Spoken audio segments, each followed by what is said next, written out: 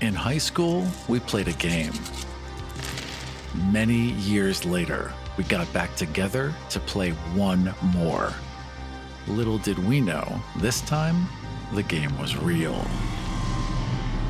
Join me, Aram Vartian, on Start Playing Games for a brand new type of fantasy role-playing. In Die RPG, you play a group of real-world, deeply flawed adults who are transported into a fantasy realm via a predatory, sinister role-playing game. The game transforms your characters into paragons and rewards them with strange and frightening powers. In Die RPG, you are confronted with your truest desires and deepest fears. And only you can decide when the game is over. Check out all of my available Start Playing Games campaigns at aram.gay. My name is Aram. My pronouns are he, him. I am the writer and producer of the actual play Dungeons & Dragons podcast, God's Fall. And my name is Dylan. My pronouns are he, him. I'm a physicist from Canada. Welcome to Kill Every Monster.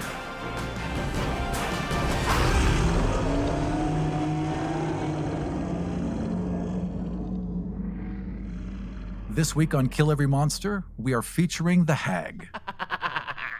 There are a couple types of hags in Dungeons & Dragons, and we'll talk about some of them, but we're going to focus on the classic green hag. Green hags are described in the monster manual as wretched and hateful creatures that dwell in dying forests, lonely swamps, and misty moors, making their homes in caves.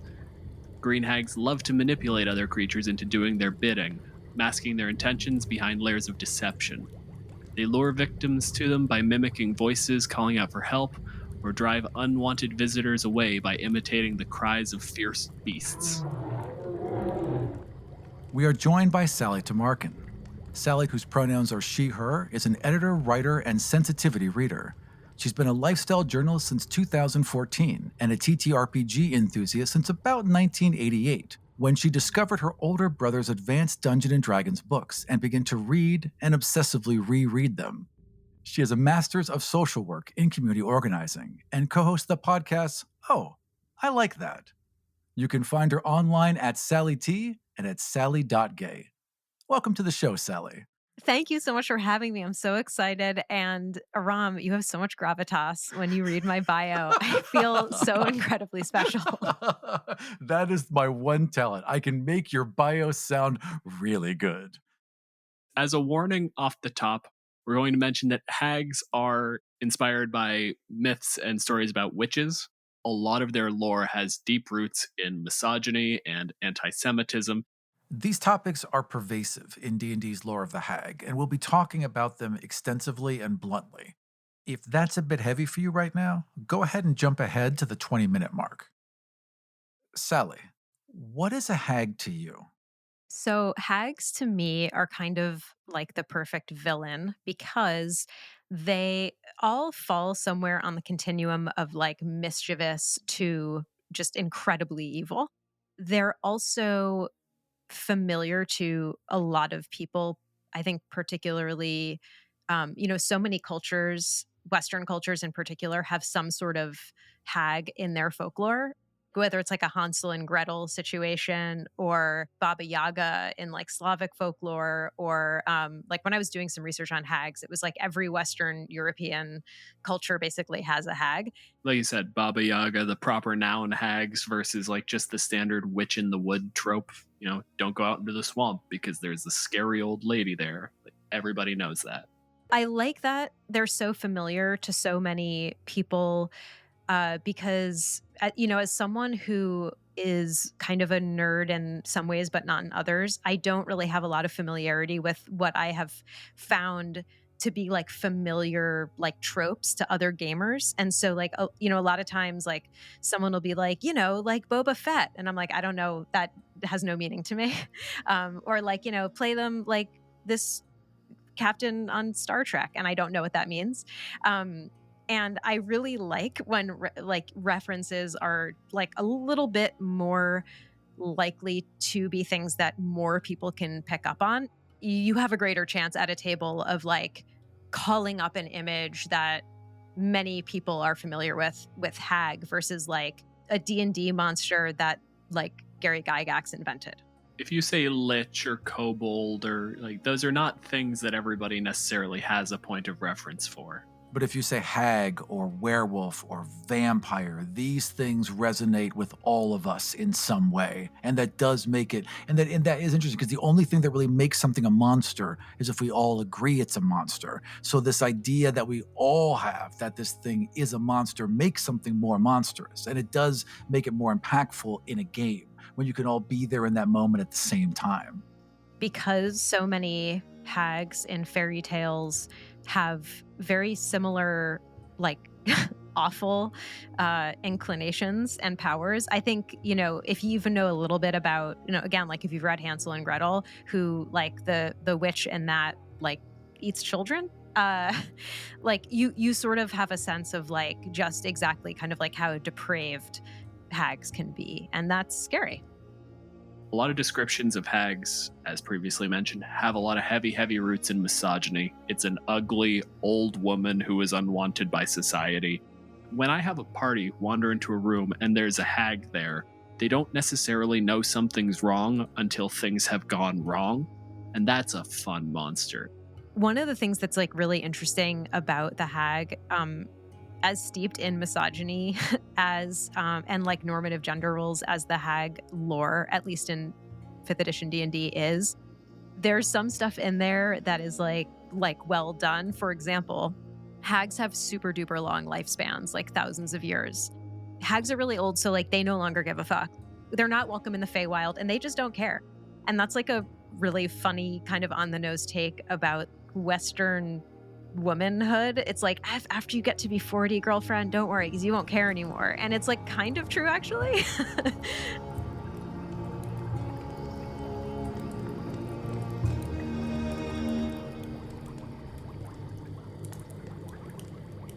This is where I feel obligated to bring up the as written lore.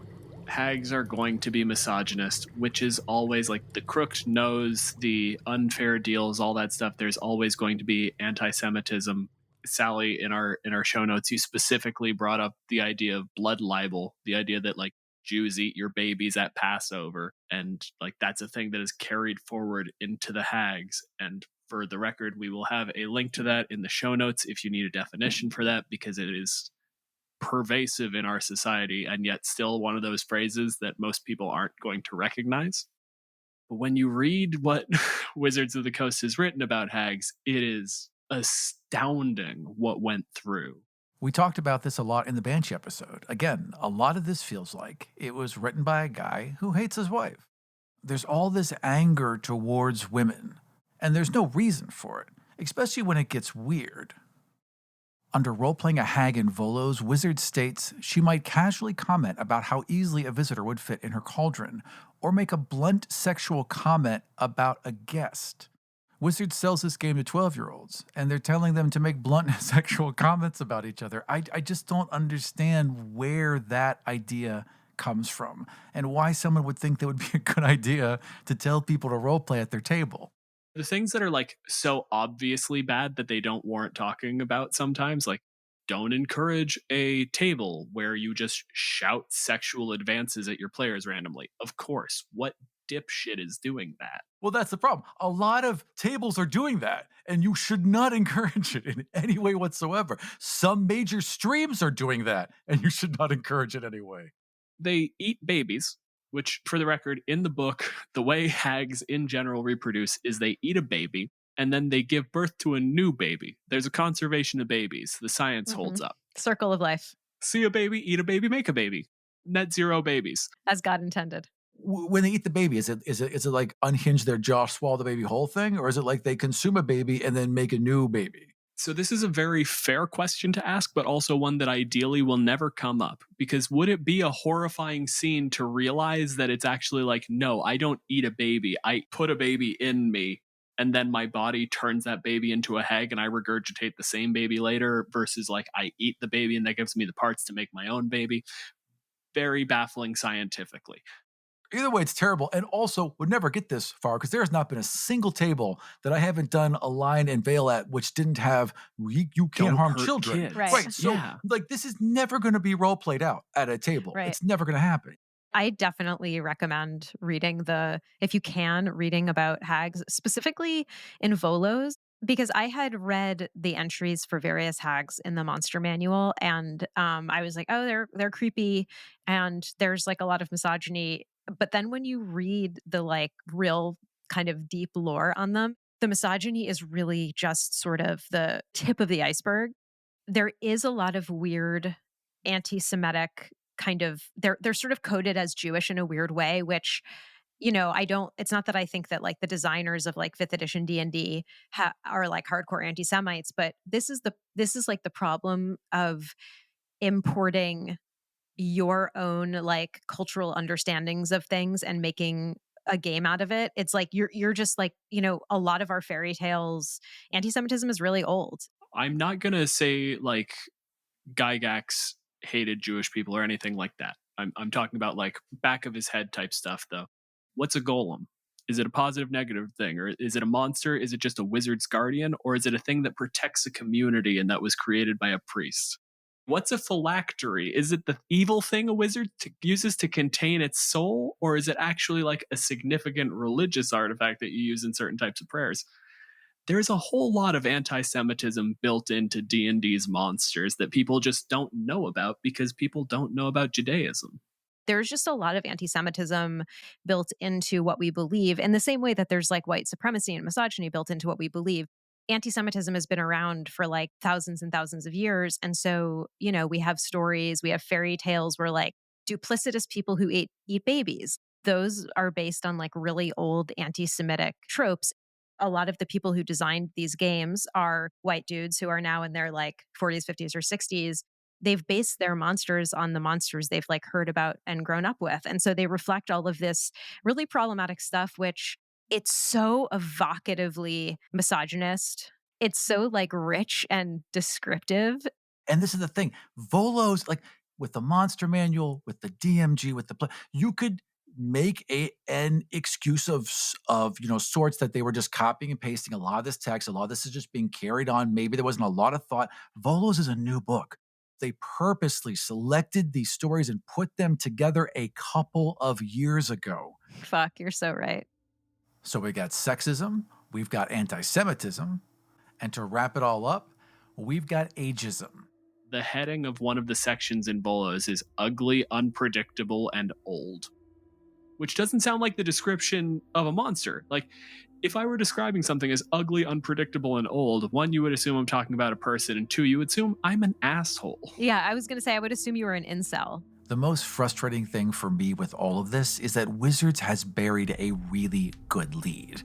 In the monster manual, under the headline Obsession with Tragedy, green hags revel in the failings and tragedies of other creatures. They derive joy from bringing people low and seeing hope turn into despair, not just for individuals, but for whole nations. They will literally drive a kingdom to despair and ruin out of spite. That is a much more interesting motive for a villain.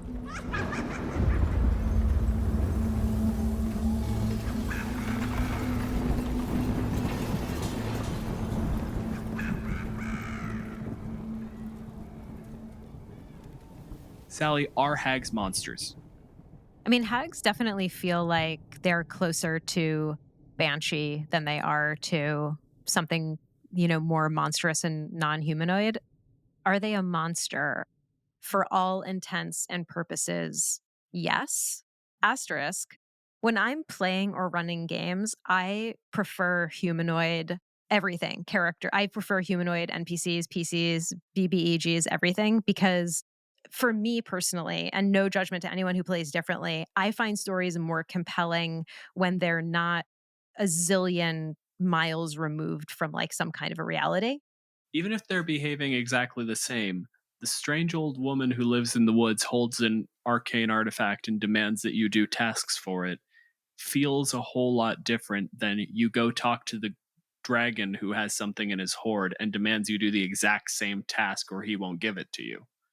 Hags are just so incredibly old that they can sort of pick and choose when they want to, like, rip out your spine and jump rope with it, because they can do the thing that you just talked about, Dylan, which is like, be like, no gift this time, okay, I'll let it slide and like treat with you. Or they can bat you around. Not the green hag, but some of the other hags in the monsters manual have some incredibly like awful, terrifying actions they can take. I'm going to continue bringing this up in essentially every episode, but one of my favorite distinctions in monsters is the ones where 0 hit points is the end of the fight and the ones where it isn't. And like, I love the fact that, like, for a hag, it depends. A werewolf, which we have talked about, if they are fully, like, full moon feral and they drop off character, why wouldn't they rip their throat out? Versus like a hag who is probably just fighting because you've inconvenienced me and now I need to stop you swinging your silly little stick at me. Right, exactly. Drops you and then just goes, fucking idiot. There's no way a hag fights first. A hag would much rather talk, entertain, haggle. They are deal makers.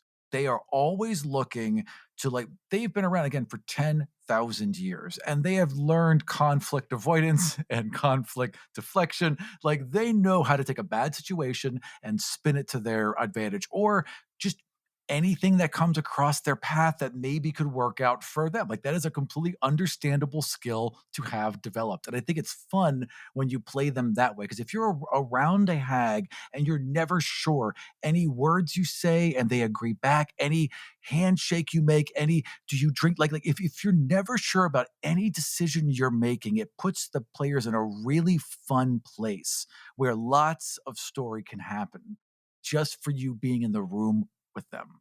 Why is it that every devil they write isn't a good devil, but then they'll write a random other monster and it's a fantastic devil? Hags are great devils. Hags are fantastic devils. Rakshasa are amazing devils. When you read a D&D book and they reference devils conceptually, they're buying and selling souls and they're merchants and they're making deals with humanity. But I have never seen that in a stat block. The beautiful thing about hags is when they're talking about this is like, hags do need things. They're still doing stuff in the world that require material goods, and an adventure wanders by, they'll make a deal with you. They can profit from this. Even if they don't have a material need for something, they would be delighted to like manipulate you out of that material thing anyway, just because it's fun. It's fun for them. Imagine, like, if a king shows up with a demand, 35-year-old human king goes rolling in, I'm in control of this entire continent. How would you possibly take them seriously? How could you not fuck with them?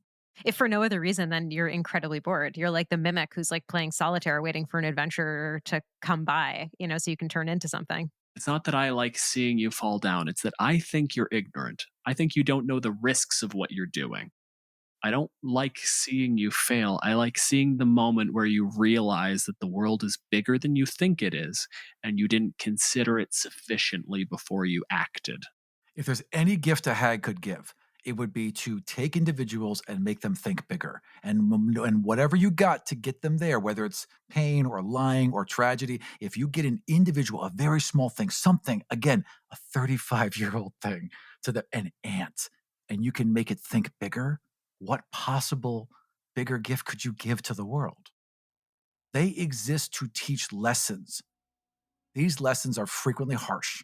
If you survive, the idea is you'll learn next time. They're definitely like a character building type of encounter.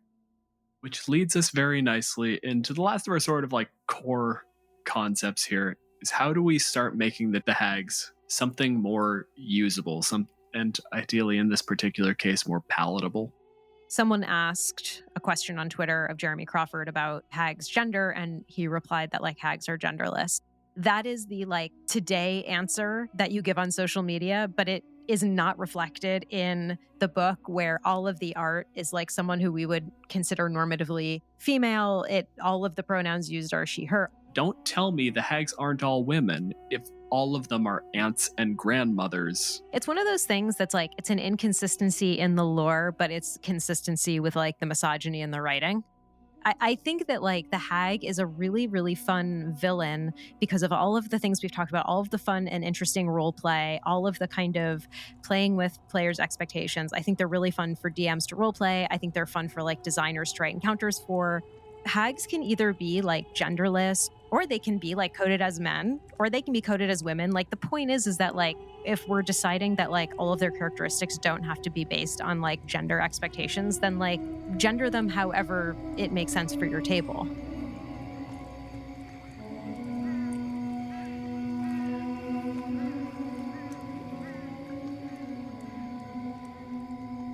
Hags are brutes. Like, a green hag is not really a spellcaster. They've got a fistful of cantrips, but mostly their thing is they have a combination invisibility, pass without trace at will, just as a simple action.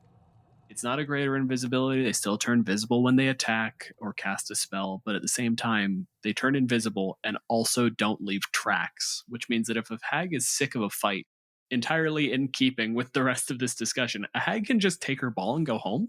Right. I'll just Be leave. done with this shit. And you'll never find her. Despite the fact that their casting is limited to like an illusory appearance, they can make themselves look like other people, they can turn invisible. They have an 18 strength and a 16 constitution and a 2d8 claw attack. It's brutal. The max output for a single swing, just like literally a backhand, is 20 points of slashing damage. She could take out like a rogue, a wizard. She could take them out left and right with one hit. Anything shy of a second level fighter, there's a decent chance that a hag is just going to look at you, swing her arm, and then your throat gushes blood and you fall on the ground and she cackles. The cantrips that the hag has, dancing lights, minor illusion, and vicious mockery, these are all like play with you for my fun and entertainment cantrips. Taunting, like vicious mockery is what, like a 1d4 psychic damage, which is like, it's like a harsh insult essentially. She casts vicious mockery in conversation because it feels inconsequential. Maybe that like lures you into a sense of like, oh well, I guess this isn't a powerful spellcaster after all. But like you said, she has a backhand that can like disconnect your head from your neck. As a podcast network, our first priority has always been audio and the stories we're able to share with you. But we also sell merch, and organizing that was made both possible and easy with Shopify. Shopify is the global commerce platform that helps you sell and grow at every stage of your business, from the launch your online shop stage all the way to the did we just hit 1 million orders stage. Whether you're selling scented soap or offering outdoor outfits, Shopify helps you sell everywhere. They have an all-in-one e-commerce platform and in-person POS system, so wherever and whatever you're selling, Shopify's got you covered. With the internet's best converting checkout, 36% better on average compared to other leading commerce platforms, Shopify helps you turn browsers into buyers. Shopify has allowed us to share something tangible with the podcast community we've built here, selling our beanies, sweatshirts, and mugs to fans of our shows without taking up too much time from all the other work we do to bring you even more great content. And it's not just us. Shopify powers 10% of all e-commerce in the US. Shopify is also the global force behind Allbirds, Rothy's, and Brooklinen, and millions of other entrepreneurs of every size across 175 countries. Because businesses that grow with Shopify. Sign up for a $1 per month trial period at shopify.com/realm, all lowercase. Go to shopify.com/REALM now to grow your business, no matter what stage you're in. Shopify.com/realm.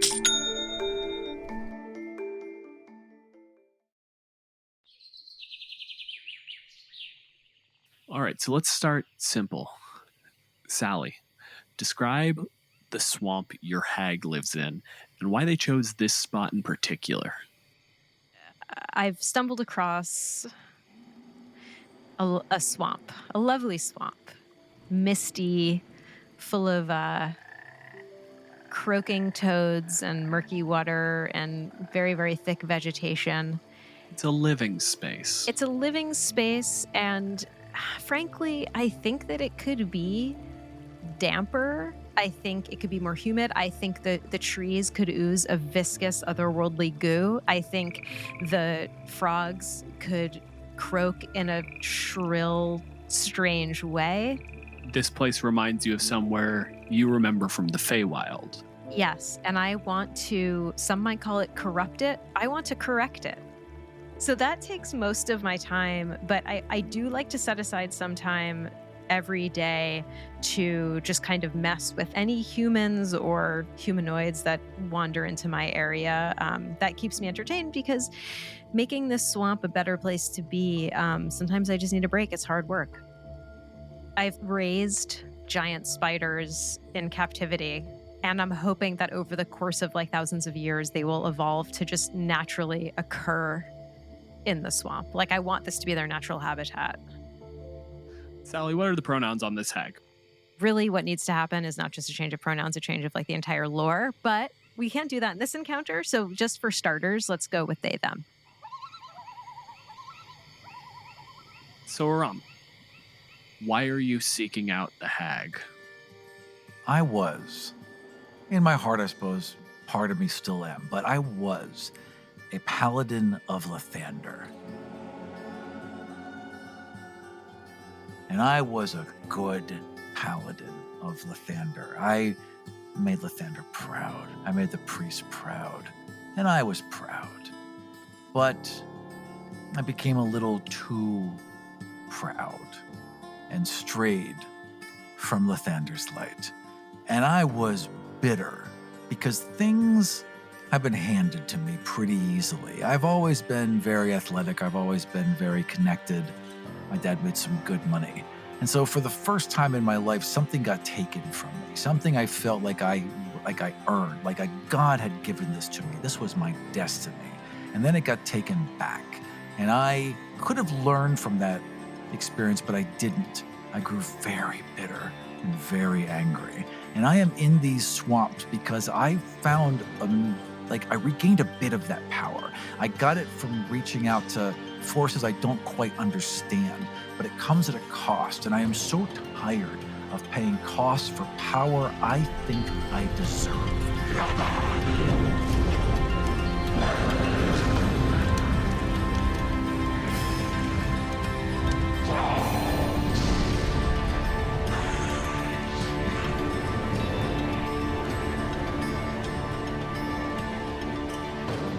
I am here in these woods to right a great injustice. I am here in these woods to find a destiny that is owed to me and reclaim it.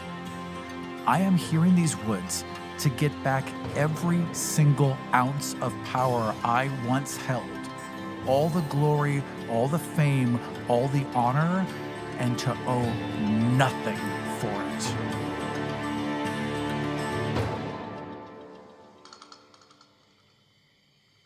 Sally, there's a light chittering in the woods. You recognize it. It's one of the spiders. It's Michael. Michael comes skittering over, and they look at you. There's like a cocking of the head in the way that like a dog does when they're confused. Raises up two of the front legs and makes some gestures. And I'm going to use heavy air quotes on this term, shoulder. It gestures over its shoulder. Okay. This language is not particularly complex, and you understand it as best anyone can. A visitor is coming. Also, how is a spider going to describe a person? I mean, they all got to look like roughly the same. Like, he's got two legs, it's walking around, I don't know. Michael is not the sharpest spider in the web. Michael, you poor sweet thing. You don't have a thought behind those eyes, do you? I give him a watch shift so that he, doesn't feel left out, but Huey and Dewey are definitely a little bit more on the ball. Do you make any sort of preparations for a visitor, or is this very much like, this is your territory, let them come? You're not going to open a door in this swamp without a bucket of cold water falling on you when you walk through the doorway. I am going to cast Minor Illusion. Create a rock, a big rock, no more than 5 feet across, because that's the limits of my Minor Illusion.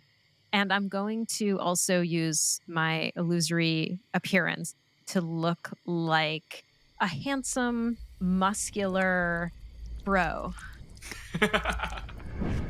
Blonde hair, pulled back into a ponytail.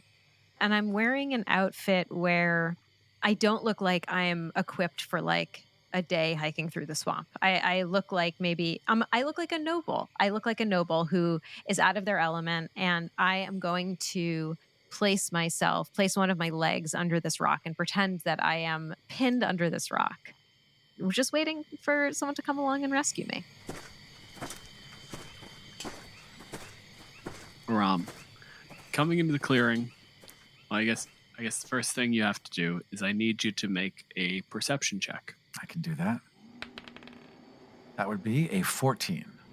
Your illusory appearance is like a DC 20. So what you see when you walk in here is a level 6 bro. Laying in the swamp, there's a rock pinning their leg. I imagine I'm very tense because I know what to expect. You've heard rumors of the witch in the woods and the various things going on. The swamp in general is dangerous. So I'm like a little bit on guard. So as I walk out and see this, I'm like squinting to like, am I really seeing what I'm seeing? And then when I realize that I am, I would quickly put my sword away and walk over. Excuse me, sir. Friend, thank God, please. There's a witch in these parts, and I'm trapped and I'm fearful. Would you please help me with this rock? I'll do anything. There is a witch in these parts. That's good thing you came across me first. Ram is relatively skeptical at this moment, so I'm going to call for like the standard, like, you went with the lie, I got to make you do the deception check. That is a 16 plus 4 for a non-natural 20. I rolled a 4. I rolled a total of 4. So this noble was walking through the swamp in search of a witch and got pinned by a falling rock. Absolutely. And I am so, like, I think part of this is that you've made a very hot dude here, right? That's what so my guy's a little distracted. My guy's a little flustered. And I think that is leading into him just accepting whatever he's being told right now. And he gets he finds like a stick he can put underneath the rock, puts another rock underneath that. This is the extent of this guy's brain power. He's able to make like one lever, and he's just going to try and pry this rock off of this very handsome young man. Sally, I'm immediately going to point out that when he puts that sort of like lever and fulcrum together, like, this is a minor illusion. Right. We're done. The moment he makes a gesture, he's going to notice this is wrong. So what I want to do when he gets close enough to make contact is cast Vicious Mockery. When I have another chance, I will change my appearance to something else, but I'm going to keep my like bro appearance when I cast Vicious Mockery. And that's a wisdom save, right? Yeah, wisdom saving throw. Oh, I am rolling ass. I rolled a 3 plus 5 is 8. So you're going to take a D4 psychic, and you're going to have disadvantage on the next attack roll you make. Big money, no whammies. Oh, it's 4. What do you say to me? Like, what do you go for? I can't believe you fell for that. Oldest trick in the book. My friend, you must be more careful. There's a witch about. You must scrutinize more carefully. I am incredibly careful, good sir. I have come to these woods with quite care. I have spent my entire life. You don't even know me. How dare you say such a thing? How did you get pinned under? And then, like, the rock is gone, and I'm just confused and flustered because I didn't notice when it vanished. Can I take another action to change my appearance, to do illusory appearance? I look down at the rock. And when I look back up, you've become someone else, right? Yeah. And also, we're dealing with a 2-player situation. And quite frankly, to this point, like, you've had the drop on him. Unless you basically reveal yourself to be the monster and Aram has time to respond, realistically, this is initiative. And it's just a question of whether Aram is taking turns or thinks nothing of what is happening. I look like a jolly, slightly like red nose, like I've been drinking, middle-aged man who is just dressed like someone from the nearby town. And I want to look disheveled. I want to, basically the idea is I look like a barfly. The drunk wandered into the swamp. Exactly. I'm just goofing on you. Sword drawn, backs up a few feet. What magic is this? Now. It's just a little magic trick I learned from someone in town. Have you been in town? We love to joke around. And I'm gonna take a sip of my water skin, and I'm gonna hiccup in a very like the way a Looney Tunes character hiccups when they're Yeah. drunk. Because I don't judge many people's threats due to arrogance, I will resheath my sword, but I will not take my eyes off of you. I am not from these parts. Well, I can tell. I mean, you were not very careful. I don't know if you know this, but there is a witch in these parts. I was not joking about that. I seek this witch. Do you know of her? Huh? I've heard a thing or two. Why do you seek the witch? I had a destiny that was stolen from me. If anyone knows how to fix that, it'll be a hag. Well, you seem quite sure of yourself, my dear fellow. I'll give you that. Thank you. I am acquainted with this hag, so I suppose I could help if you tell me, what it is that you most desire, and what it is that you have to trade. Obviously, as you know. Yes, I have booze. Pull like a wine, a flask out or something and just toss it at you. So you deserve something from the universe, it sounds like. I have a place in this universe, and I wish to reclaim it. Okay, well, the wine was a good start. It's not really going to be enough beyond that. So what else do you have, and what else can you get? You seem to know much of this witch. I do appreciate your counsel. I have money. Just because I know this is something that this hag will ask you, I'll ask you just to prepare you. What is precious to you? Precious is a weakness, really. It's the thing that you need to protect. See, I'm here so that you can be precious. You can enjoy your precious things. That is a joy in your life that I'm allowing you to have by standing guard against all the things that would take that away. So when I think of what's precious, I think of it as a gift. A gift from me.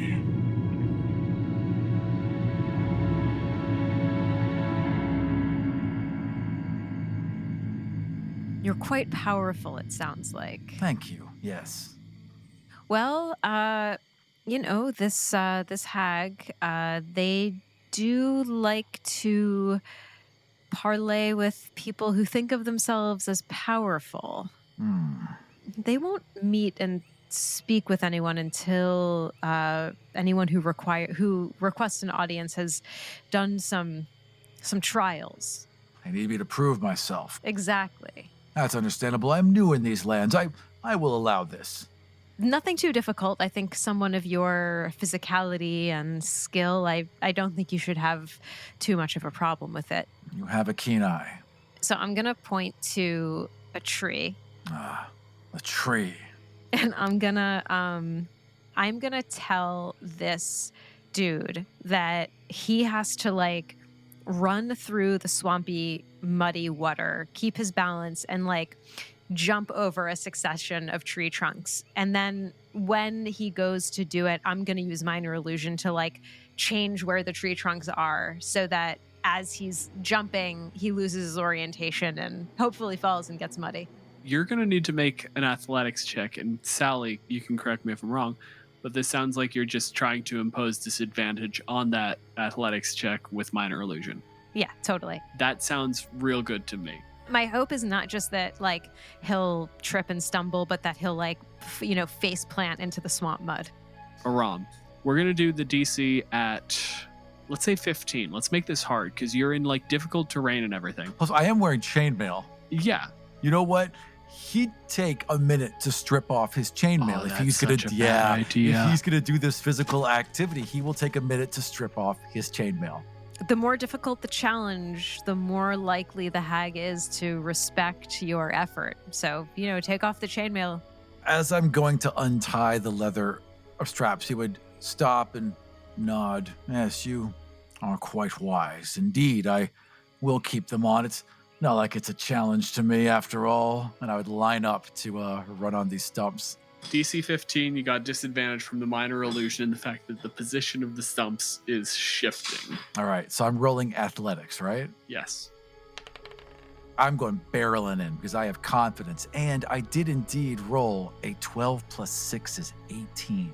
Oh, look at this fancy boy. Well, well, well. You go in and like they're shifting in position. They look like they're in the wrong spot until the illusion drops. There it is. But you're still in a position where you like get into the air and then you just plant your foot on the actual stump and use that as sort of a jumping off point to kind of propel yourself forward. And you get across this little stretch of swamp like incredibly quickly. It's honestly relatively impressive, Sally. Parkour. Well done, friend. Thank you. There's nothing like seeing someone succeed at such a feat of athleticism. I'm Yes. quite impressed, and I believe the hag will be too. You are quite sharp. Good a judge of character, you. Shucks. The next challenge is a little different. The first challenge was about your physicality. This one is, it may seem at first blush like it is similarly challenging your physicality, but actually it is a challenge for the mental stamina, because only those with the mental fortitude to deal with suffering will be allowed to talk to the hag. Ah. For this challenge, and I'm going to point to like a part of the swamp that has like a foot of water, like not just mud, but like actual water. You and I will engage in a contest of wills to see, once submerged, which one of us can hold their breath longer. Well, if your lugs want any shapes, this might be a contest. And so the green hag is amphibious and can breathe under Right. air and water. Of course you can. I'm hoping I'm going to see what happens when we're underwater. I don't know if like I'm just going to let him tire himself out and come up coughing, or if I'm going to play a dirty trick under there. What am I rolling for this, Dylan? So, I mean, strictly speaking, I think it's a con save. Right. I mean, it's an inevitable lose because So, she's yeah, going to... that's the thing. You can hold your breath for a number of minutes equal to your Constitution modifier, at which point you have like 30 seconds left, and then you drop to 0 hit points. Right. So really, it's just a question of how long into this do you get, and do you allow yourself to die? Which he wouldn't. So I imagine that he would allow himself to get to the end of this total and then explode out of the water sputtering. To give this some consequence, let's call this a Constitution save. You're going to hold your breath for what, like 3 minutes? Long as I can. And at that point, you are going to push yourself to the edge of unconsciousness. Yes. I'm going to say the DC is straight up just your con score. Which is 16. When he starts to come up, I'm going to try to hold him under, not to cause him to like go unconscious and stop breathing, but just as a show of power. So just for another, if it would take 3 more seconds for him to go unconscious, I'll hold him under for 1.5 more seconds. Okay, so what we're going to do is, first things first, we're just going to have a straight opposed strength roll. I rolled a natural 20. Oh, So shit. I rolled 20 plus 3. All right, let's see how my hag does. My hag. So now I do have a +4 on strength, so that could be something. I rolled a natural 20. Fuck yes. Oh, fuck. Awesome. I love Holy this. shit. So, Aram, you are underwater. Yeah. And there's the point where you're like just at the edge. You can feel the burning, the point where it almost feels like your lungs are trying to get out of your body just to get more air. And you go to like pull your head up and you feel the pressure, the resistance, and you push. You get up into straight push-up position, try to use your arms and every ounce of strength you have to push up against what feels like a steel grate on the back of your head. Sally, you can feel his, like, the moment, like, where you're like, oh, he's going for quite a while. Aram, you can make that con check at disadvantage now. First one is 5 plus 3 is 8. And the second one, oh my God, is 2 plus 3 is 5. So I believe I failed that check.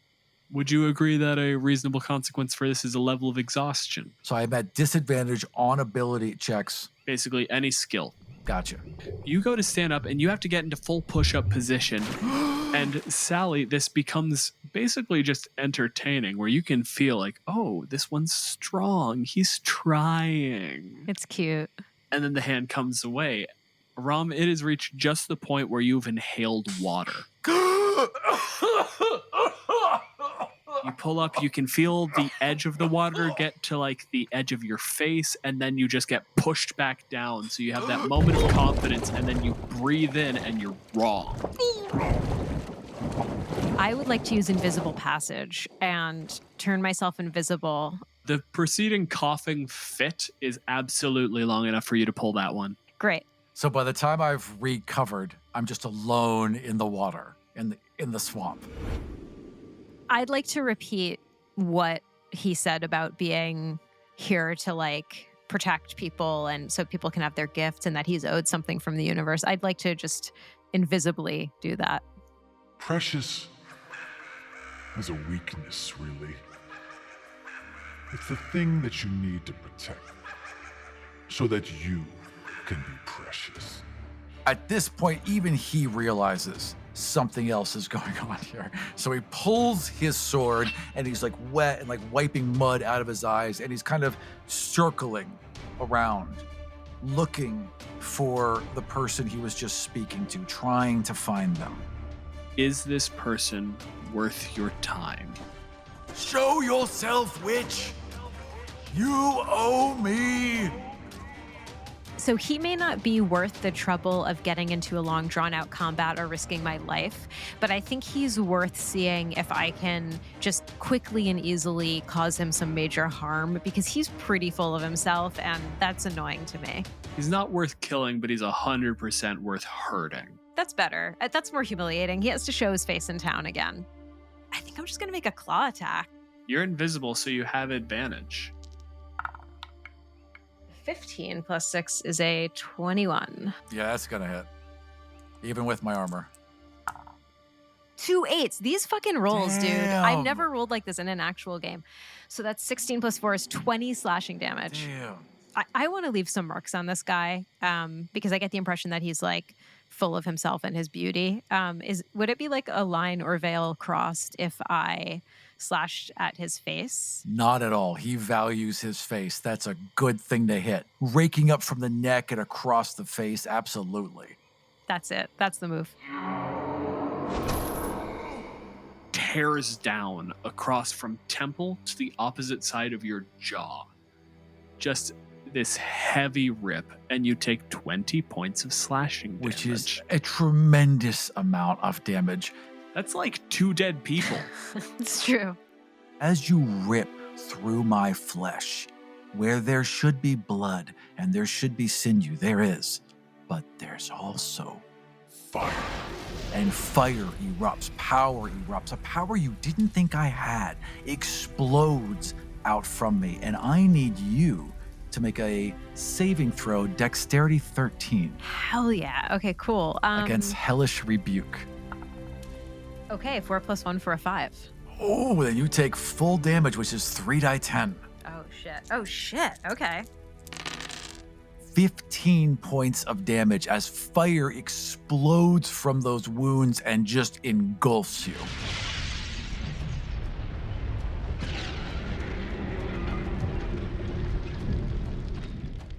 So you're going to take your first 15 points of fire damage. Yeah. Hag doesn't have any resistances, so that's just straight through. So you're going to mark off your spell slot, and then you're going to take your turn, Aram. All right. If it's cool with you, strictly speaking, Vicious Mockery lasts until your attack on the next turn. I'm going to roll that forward if it's cool with you. Absolutely. 100%. If you choose to make an attack on this turn, of course, because you also have spells. Once the fire erupts from him and it's just like smoldering inside his wounds, his eyes light red, and he slams a hand to his chest, and the fire like fills out from his palm and just envelops his body, and the wounds heal closed as he pumps 25 points into himself. Fuck yeah. Fully healed and standing before you as if nothing happened. You do not know what you face, witch. You do know what you face. You face a paladin, apparently. And it wouldn't be the first one. Bonus action, prepare. Wrathful smite. fire burns in that cut and it melts the skin where it just falls together like liquid. And when it comes away, it's got like a little bit of redness to it, but it almost looks like you just slapped him. It's like the finger marks. And then the sword just erupts with energy at his side. I am going to turn invisible. Yeah, good move. You're ready to fight. You're at full fucking combat stance. Your weapon is charged with unholy energy and just pure rage. And the thing you would like to cut more than anything in the world is gone. So I'm just looking around. Two can play at that game, which? And he would hold his hand to his chest, and darkness would just spill out from him and fill an area all around him. Oh, shit. He's engulfed, and then it just spreads out, and you don't see anything, Sally. The world has gone to complete darkness. Mechanically speaking, this brings you down to a standard just straight attack roll. You have advantage for attacking from invisibility and disadvantage from attacking in darkness. Maybe this would be too metagamey and I wouldn't know this, but I'm just wondering how long darkness lasts. Oh no, do you want to make an Arcana check? Yeah. Great, that's perfect.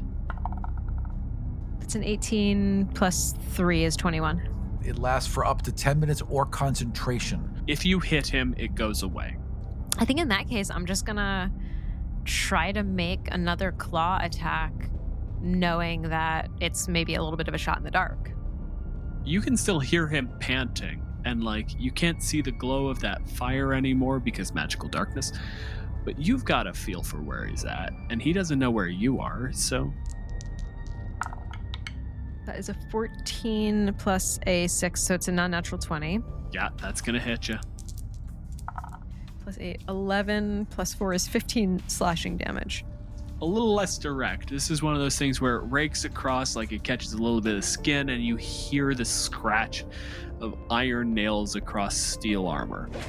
But as it skitters across, it's enough force, the way she swings, to make you take a step backwards. This isn't a scratch.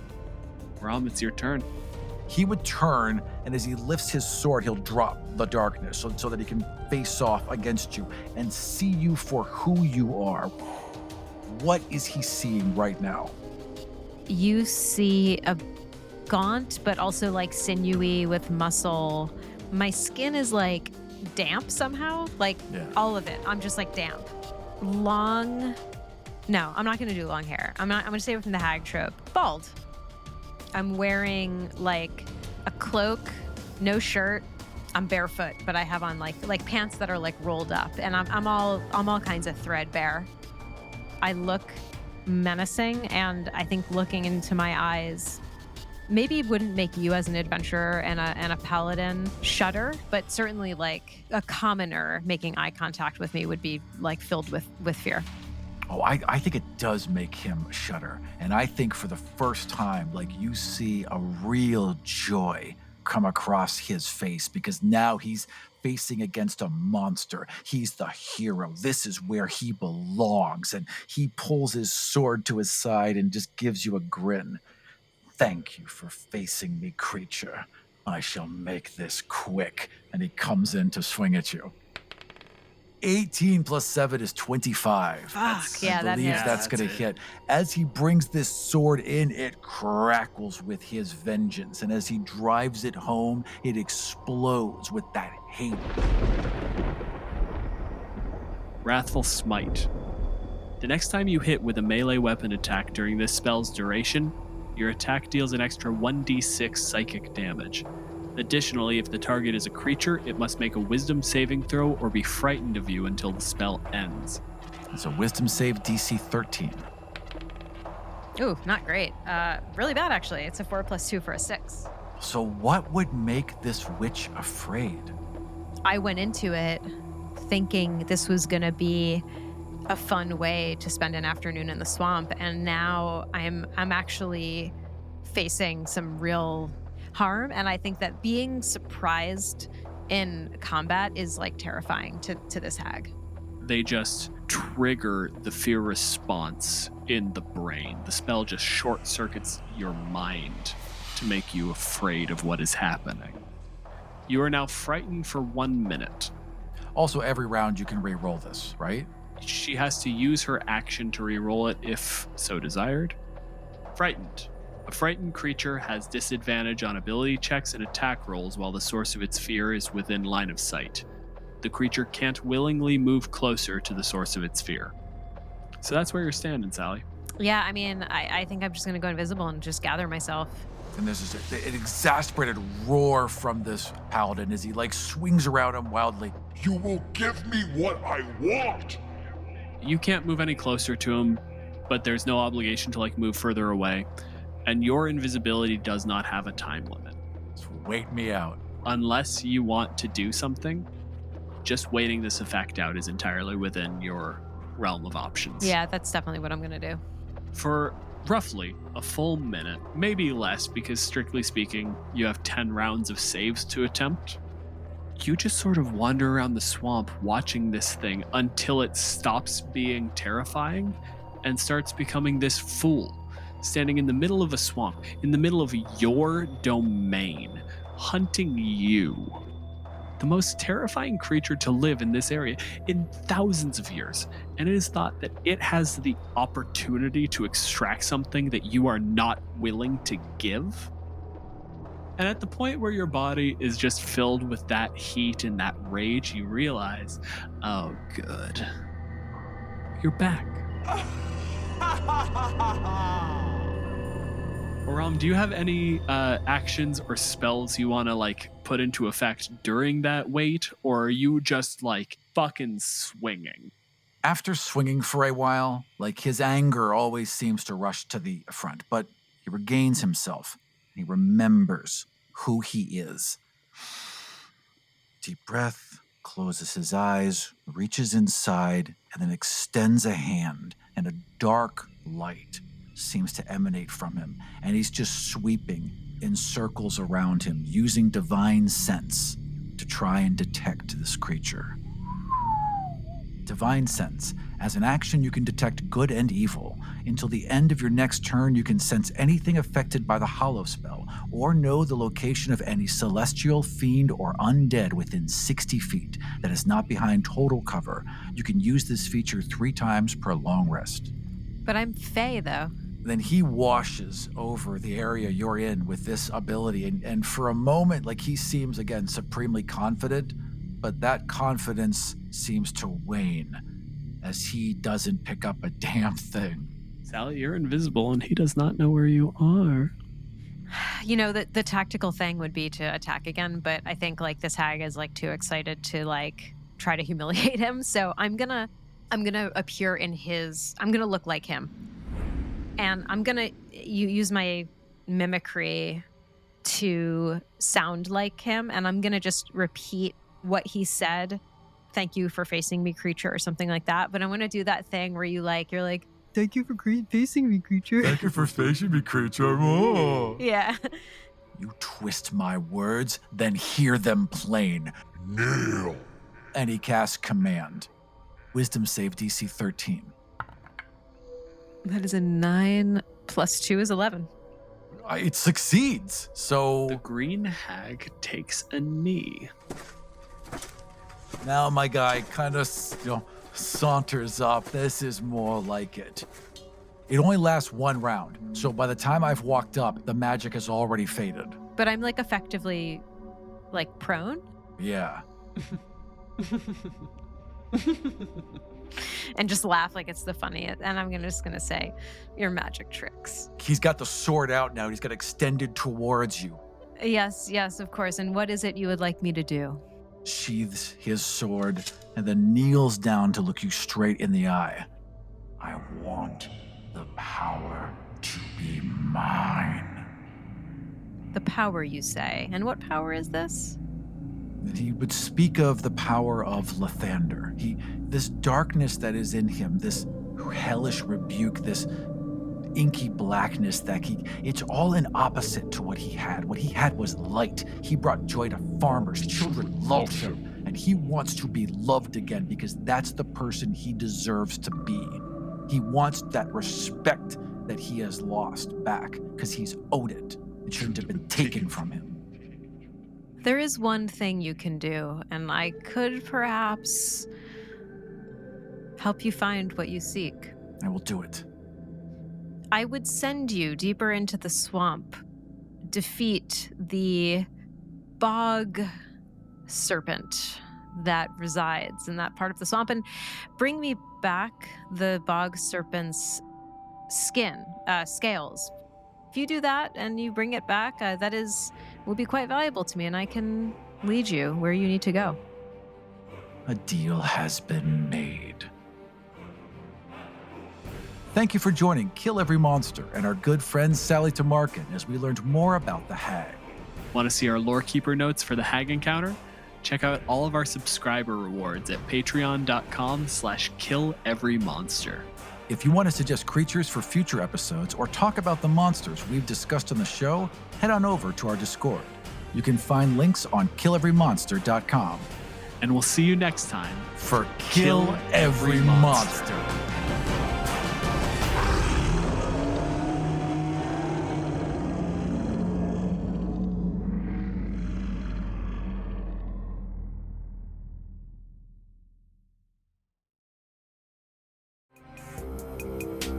This show was produced and edited by Dead Ghost Productions. Find out more about us and all the shows we make at deadghostpro.com.